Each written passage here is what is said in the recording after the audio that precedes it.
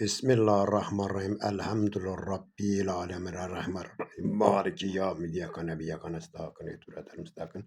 Sıratellezîne lem telehim gayril mağzûbi aleyhim veleddâlin.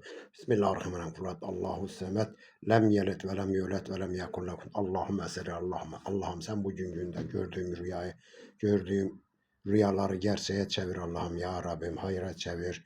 Bütün İslam alemine, bütün toplumuna hayra çevir Allah'ım gördüğüm rüyayı. Dostlarım bugün bir rüya gördüm. Onun haricinde de kalktım 2 rekat Allah rızası için namaz kıldım. Sabahleyin saat savurdan sonra namazı kıldım. Dua eyledim Allah'ım. Rüyamda beni Hazreti Ali'ye kavuştur. Hazreti Ali'yi göster. Zeynep-i Kübra'yı göster. Hasan Asker'i göster. Hasan Hüseyin'i göster. Mehdi zamanı göster. Peygamber aleyhisselam Allahümme sallallahu göster. Hazreti Ali'yi göster. Ehli beytini göster. O şekilde İmam Mirza'yı göster. Allah'ım dua eyledim. Rüyamda baktım ki o şekilde ahırı menşer oluyor.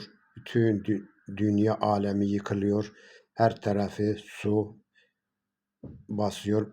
Yuvarlak yuvarlak ekmekler dökülüyor. Ben de onları millete dağıtıyorum. Ama netice nedir? Nerede oldu? Nerededir?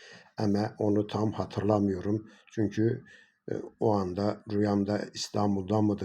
Türkiye'de miyiz? Neredeyiz? Onu hatırlamıyorum yani rüya aleminde.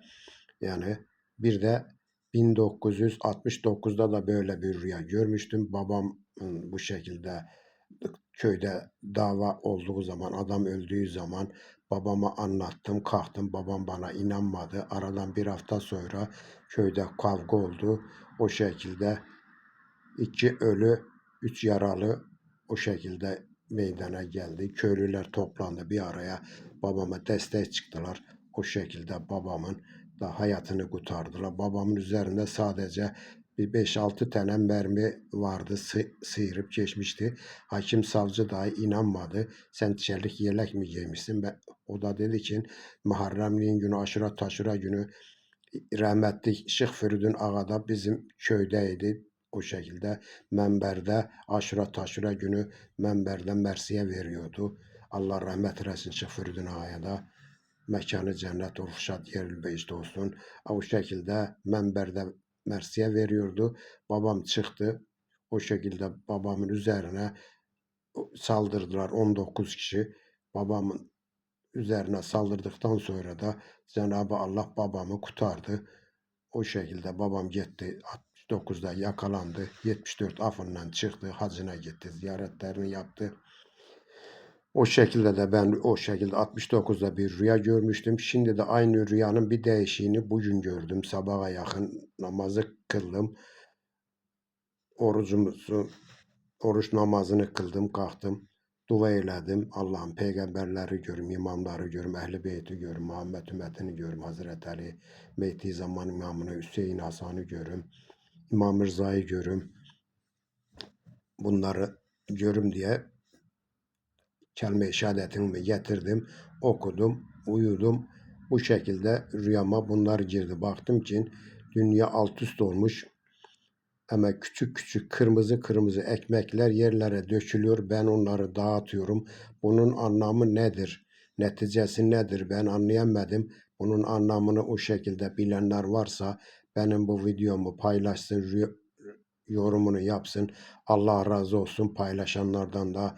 Buradan Kandil Gecesi herkese saygılar, selamlar sunarım. Herkesin bayramını kutlarım. Herkesin Ramazan'ın gününü kutlarım. Hayırlı geceler, hayırlı akşamlar. Kadim dostlarım, Allah'a emanet olun, hoşça kalın. Gazze'ye, Filistin'e, Allah'ım ya Rabbim yardım eyle. Yemen'e, bütün İslam alemine, Allah'ın kahrı bela, kahrı celal, İsrail'in, Amerika'nın üzerine olsun. Cenab-ı Allah onları kahrı perişan etsin. İslam alemini yücelsin. Ne mutlu Türk'üm diyene, Türkiye'mizin bayrağımızı, sancağımızı Allah'ım sen koru. İçimize bir oyun oynuyorlar. Cenab-ı Allah bu oyunu bozsun. Ehl-i Beyt bu oyunu bozsun. Peygamber aleyhisselam bu oyunu bozsun. Hazreti Ali bu oyunu bozsun. Bütün peygamberlerin hürmetiyle, Ehl-i Beyt'in hürmetiyle 124 peygamber 24 ak 12'si Berat hürmetiyle Cenab-ı Allah bizlere yer ve yardımcı olsun. Bizleri yücelsin. Türk milletinin Türk'ten başka dostu yoktu, zaten olmamıştır. Biz ölürükse şehidi, kalırsa gaziyiz. Bizim hiç kimseden korkumuz yoktur.